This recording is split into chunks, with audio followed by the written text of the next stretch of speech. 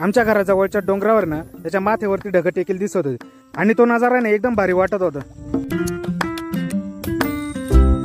आज सकाळी ना उठायला आपल्याला 15-1 मिनिटं उशीर झाला, त्याच्यामुळे पहिले आपण दारा काढून गाडीला किटल्या बांधून पहिले दूध घालायला जाणार होतो। आज सकाळी ना भरपूर धुकं पडलं, त्याच्यामुळे ना सगळं भारी वाटत होतं पाहायला आणि थोडी बारी बुरबुर सो चालू होती। गावात आल्यावर आपण किटल्या आणि डेअरी पाईस ठेवून दिले आणि गावात ना थोडी बुरबुर कमी होती, दुकाही नव्हते एवढे, फक्त माथ्यावर दिसत होते आपल्या घराकडे।